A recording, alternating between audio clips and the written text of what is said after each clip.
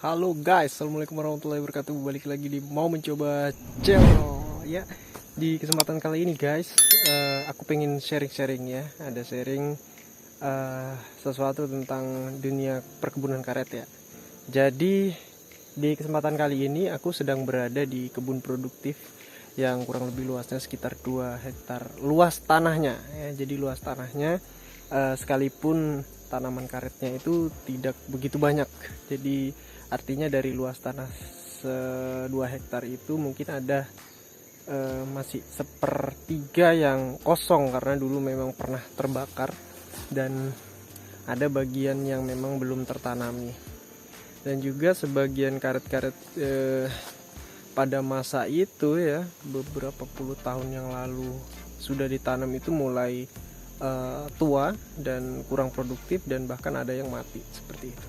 Nah, di kesempatan kali ini guys, ini cuacanya lagi mendung. Aku baru nyadap kurang lebih mungkin hampir 100-an pohon lah, baru segitu, santai aja. Karena kenapa? Karena agak sedikit susah menyadap kalau misalnya kondisinya sedang habis hujan, karena batangnya itu basah dan dia kalau misalnya netes tuh, mana tuh, kalau misalnya dia netes tuh tidak fokus, jadi tidak, kadang meluber-luber gitu loh guys.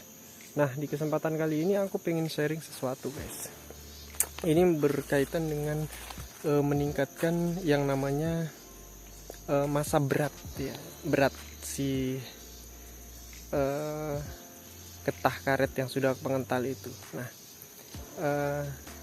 kalau kita mengacu sama mungkin resep para senior, mungkin ada ditambahkan obat atau ditambahkan ramuan-ramuan khusus. Tapi kalau cara organik ini sangat simpel, yaitu logikanya adalah jangan sampai getah karet yang sudah mengental itu dia jatuh ke tanah.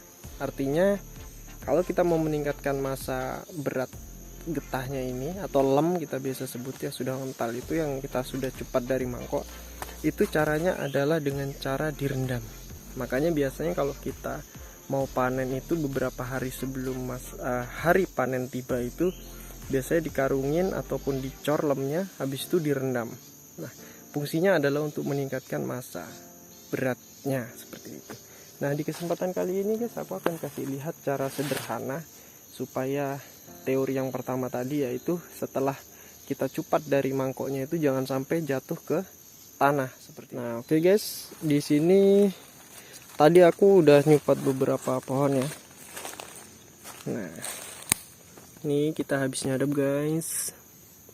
Getahnya lumayan ya, mungkin nanti kalau kita sadap lagi ini udah bisa dicupat atau diambil getahnya. Nah, aku menggunakan ini guys. Jadi bahan-bahan bekas ini, jerigen bekas ini kita potong seperti ini, kemudian kita tampung.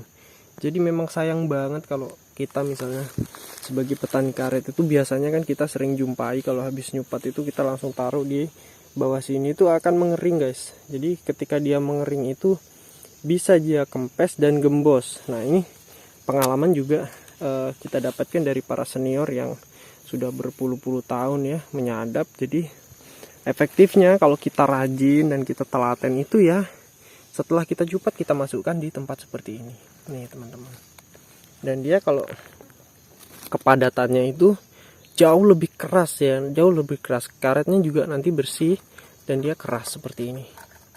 Nah, ini lumayan, ini kurang lebih 4 kali sadap ya udah dapat segini satu mangkok. Dan ini kalau bisa kita taruh di beberapa titik ya, beberapa titik. Apalagi kalau kita udah hafal ya daerah-daerah mana yang latek atau getahnya banyak, itu teman-teman bisa taruh di mana titik. Kebetulan kan aku taruh titik di sini karena ada beberapa pohon di sini yang memang getahnya termasuk ini itu hanya beberapa kali sadap sudah penuh seperti itu. Nah, itu barangkali cara organik yang bisa aku share ya teman-teman. Jadi mungkin itu yang bisa aku share dulu, cara organik ya. Kita bicara cara organik. Nggak tahu nanti kalau ada cara-cara yang lain yang lebih efektif lagi untuk meningkatkan berat ya, mungkin kita akan coba lagi guys. Tapi kebetulan itu yang bisa kita lakukan cara simple, dan kita bisa menggunakan bahan-bahan bekas. Intinya teorinya adalah ketika kita habis menyupat silem tadi, jangan sampai ke tanah itu, dan langsung direndam. Nah, media rendamnya bebas, teman-teman bisa pakai mungkin terpal, tapi yang paling efektif sebenarnya nggak usah terlalu gede, kecil saja seperti yang tadi itu, tapi di beberapa titik itu banyak tempatnya, sehingga nanti akan lebih banyak titiknya, sehingga kita nggak perlu jauh-jauh jalan.